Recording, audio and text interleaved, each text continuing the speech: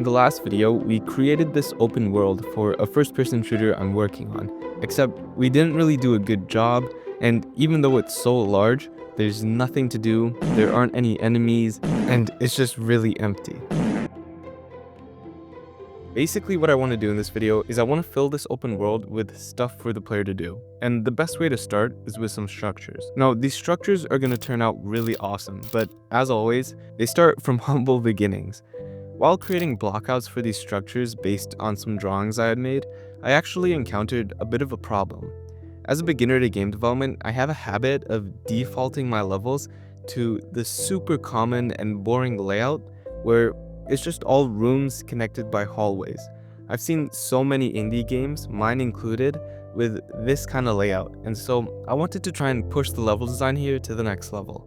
I originally had no idea how to fix this layout, and so the first thing I did was I just started arbitrarily adding new paths between the rooms to make exploration a little bit more interesting. For the large open rooms, the level design felt kind of cheap because it's just kind of like a big square. And so all I did was I broke up the rooms with walls and extra floors. Another thing I did was I basically replicated those display windows you might see in some stores inside of my levels. For example, in this level, as the player enters, they can see a bit of the second floor, and even though they can't access it from here, it gives the player a sense of what's to come and where it is geographically.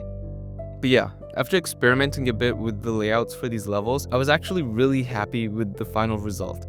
I'm usually a bit underwhelmed with my level design, but these levels have some really cool exploration to the point that I don't even know my way around all of them, even though I made them. But anyways, with that done, we can finally move on to the interesting part, decorating.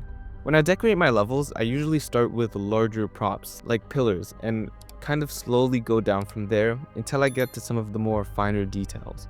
Now, I'll be honest, I've never really used pillars in my levels, but they're actually really awesome. You see, the thing is that I don't like it when the player can see too much, as it can become a bit of a visual overload, and so in the larger areas where I feel like the player might be overwhelmed, I sometimes throw in a pillar to break up their vision. Pillars are also super awesome because I'm sure you can create a pillar for any style of game and make something that works in the same way as mine. Now, you know what pillars are connected to? The ceiling. And on the topic of the ceiling, another awesome structural prop is these horizontal shafts. The ceiling was originally just a big square roof, but I personally love natural light in my levels, and this ceiling didn't allow for any of that. So while trying to think of a solution, I ended up just splitting the ceiling to let some light in, and I loved how the incoming light looked. It allowed me to become a little strategic with the light by controlling how much and where it enters the level. Now 2 months ago, the only light I used in my levels was the sun.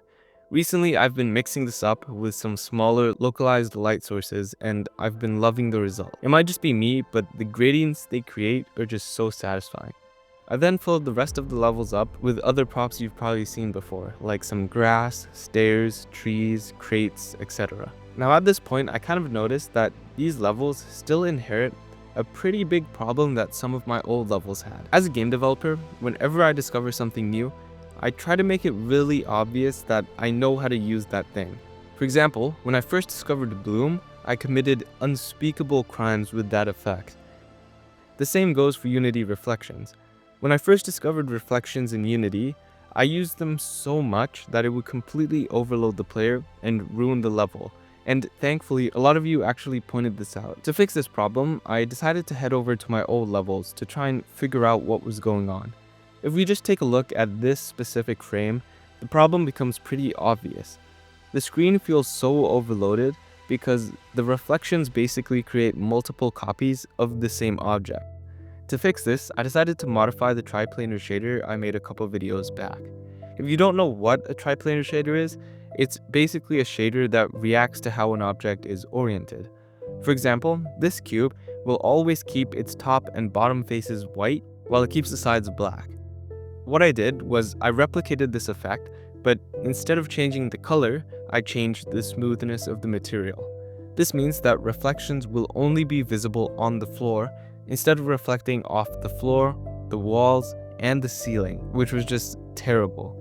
After that, I actually ended up leaving for my first year of university, and I somehow had this idea that living alone would give me so much free time to work on the game, but I ended up spending almost all of my time trying to learn how to cook and just getting adjusted to living alone. And it's also kind of the reason this video took so long to make. Now, I think we need a little montage to take a look at what we've made so far, but just before that, I want to make an important change to the terrain itself. In the last video, I took a sponsorship where I used AI to generate some of the rocks and little structures in the open world.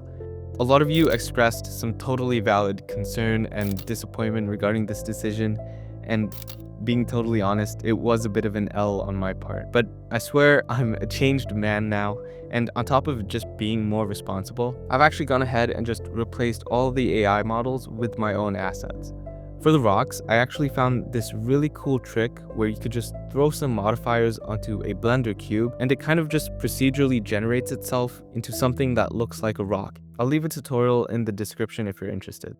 For the other two AI generated assets, I ended up just removing them altogether as they don't really fit the aesthetic I'm going for when it comes to the ruins in this open world. And one more thing, I've actually decided to try and finish this game within a year from the release of this video. But before we look at a roadmap, I think it's time for a little montage.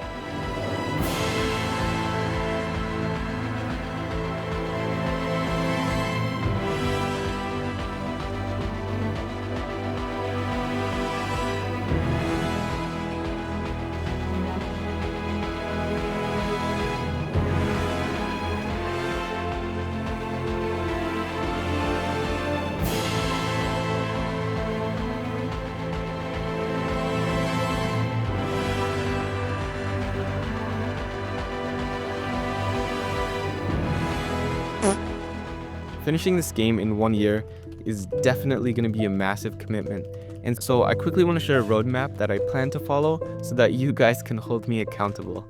And for the record, when I say that I want to finish this game, I mean I want the game to be fully playable.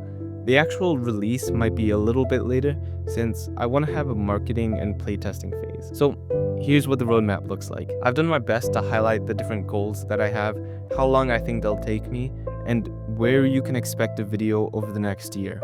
Obviously, this is very much subject to change, but I think if I can meet the first few deadlines, then I'll be able to build some momentum till the end. The reason I'm making such a big announcement and commitment is because I've actually kind of realized that the only special thing I have is this community and this game that I'm working on. Outside of this, I'm genuinely just a very average person, and so finishing this game has just suddenly shot up in my list of commitments.